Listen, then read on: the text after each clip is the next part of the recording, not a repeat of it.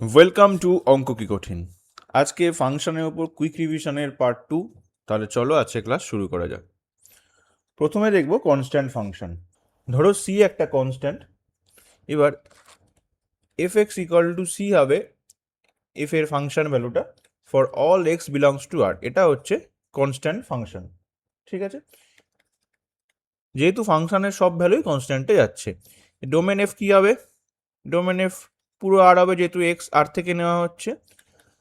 আর range F কত হবে? যেহেতু সব এফ এক্স সিতে যাচ্ছে, তাহলে সি হবে খালি সিঙ্গেলটন সেট, ঠিক আছে। এবার হচ্ছে আইডেন্টিটি ফাংশন, অর্থাৎ উপাদান স্থির অপেক্ষক।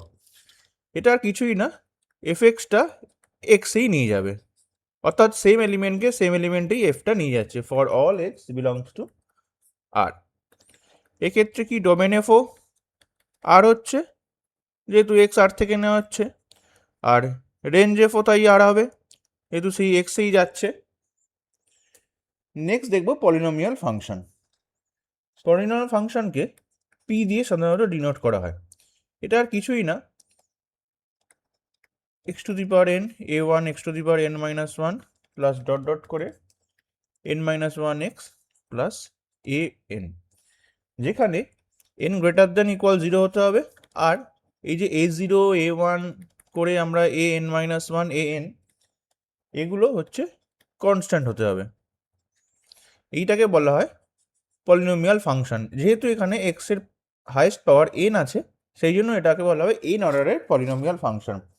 এটা এক্সাম্পল নেওয়া যেতে পারে, ধরো পি এক্স আমরা নিচ্ছি 3x square plus 2x plus 1, ঠিক আছে। এখানে এক্স এর হাইয়েস্ট পাওয়ার 2, সেই জন্য এটাকে বলবো আমরা 2 অর্ডারের পলিনোমিয়াল ফাংশন।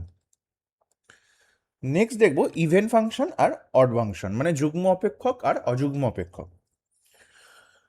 ফার্স্ট ইভেন ফাংশনটাই দেখি। ধরো for all X belongs two domain F, মানে এফ এর ডোমেন যা হবে, যদি F of minus x equal two F x হয়, তাহলে সেটাকে বলা হবে ইভেন ফাংশন, ঠিক আছে। মানে এক্স এর জায়গায় যদি মাইনাস এক্স বসাই, তাহলেও ফাংশন ভ্যালুটা সেম থাকবে। আর F of minus X is equal to minus F X যদি হয়, তাহলে বলা হবে অড ফাংশন। এক্সাম্পল নিয়ে একটা দেখি। ধরো f x equal to cos x নিচ্ছি, তাহলে এবার এফ এর জায়গায় যদি মাইনাস এক্স বসাই, কি হচ্ছে? Cos of minus x, cos minus x মানে কি আমরা জানি কস এক্স হয়ে যায়, অর্থাৎ এফ এক্স। তাহলে দেখো F of minus x equal two F x পেলাম, অর্থাৎ কস এক্স হচ্ছে ইভেন ফাংশন। আবার যদি একটা নিই F x equal two x cube, এক্ষেত্রে যদি এক্স এর জায়গায় মাইনাস এক্স বসাই, কি হচ্ছে? মাইনাস এক্স এর কিউব, তাহলে মাইনাসটা বাইরে আসছে, মাইনাস ইন্টু এক্স কিউব হচ্ছে। এক্স কিউব মানে এফ এক্স আমরা জানি ডেফিনেশন থেকে, তাহলে মাইনাস এফ এক্স। তাহলে দেখো F of minus x equal to minus F x পাচ্ছি, অর্থাৎ অড ফাংশনের ক্রাইটেরিয়া ফুলফিল করছে, তাহলে এক্স কিউব একটা অড ফাংশন। এবার আমরা দেখবো ইনক্রিজিং আর ডিক্রিজিং ফাংশন, আরোহী আর অবরোহী অপেক্ষক। ধরো এফ একটা ফাংশন আছে আর আই একটা ইন্টারভ্যাল আছে। এবার এফকে এই আই ইন্টারভ্যালে মনোটোনিক্যালি ইনক্রিজিং বা শুধু ইনক্রিজিংও বলা যায়। কখন বলা হবে? যদি X one X two belongs to I, এমন এক্স ওয়ান এক্স টু যাতে X one less than X two, সেটাই ইমপ্লাই করে F x one less than equal F x two. তাহলে কী হচ্ছে? আই ইন্টারভ্যালে দুটো এলিমেন্ট আছে এক্স ওয়ান এক্স টু, যেখানে এক্স ওয়ানটা এক্স টুর থেকে ছোট। এবার যদি ফাংশন ভ্যালুটা F x one F X টুর থেকে ছোট বা সমান হয়, তাহলে এফ ফাংশনটাকে বলা হবে আই ইন্টারভ্যালে মনোটোনিক্যালি ইনক্রিজিং। আর স্ট্রিক্টলি ইনক্রিজিং কখন বলা হবে? যদি ওই X one X two I থেকে হচ্ছে এবং X one less than X two implies F x one less than F x two, অর্থাৎ ওই ইকুয়াল সাইনটা যাতে না থাকলে আমরা স্ট্রিক্টলি বলবো, আর ইকুয়াল সাইনটা থাকলে আমরা মনোটোনিক্যালি ইনক্রিজিং বলবো। ঠিক সেরকমভাবে ডিক্রিজিং ফাংশনটাও আমরা ডিফাইন করতে পারবো। তাহলে মনোটোনিক্যালি ডিক্রিজিং কখন বলা হবে? এক্স ওয়ান এক্স টু আইতে থাকবে, x one less than x টুর জন্য f x one greater than equal F x two হবে, অর্থাৎ এক্স ওয়ান এক্স টু থেকে ছোটো হলে ফাংশন ভ্যালুটা এক্স ওয়ানে বড়ো হবে, এক্স টুতে ছোটো হবে। সেরকমভাবে স্ট্রিক্টলি ইনক্রিজিং কী করে হবে, x1 x2 belongs to i, x1 less than x2 implies, এক্ষেত্রে ইকুয়াল সাইনটা হবে না, খালি গ্রেটার দেন fx2। তাহলে এইটা হলো ইনক্রিজিং আর ডিক্রিজিং ফাংশনের ডেফিনেশন। এবার আমরা দেখব পিরিয়ডিক ফাংশন মানে পর্যাবৃত্ত অপেক্ষক।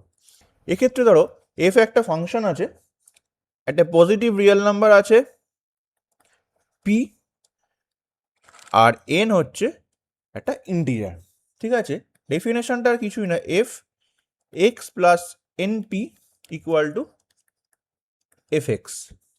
কি বলছে যে এফ এক্স মানে ফাংশন ভ্যালুটা এক্সেও যা হবে, এক্স প্লাস পি এর একটা ইন্টিগ্রাল মাল্টিপল তাতেও একই হবে।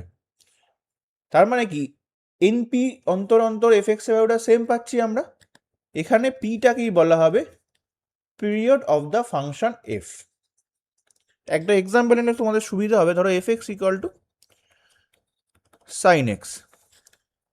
এখন আমরা জানি sine 2π plus x equal to কত, সাইন এক্স।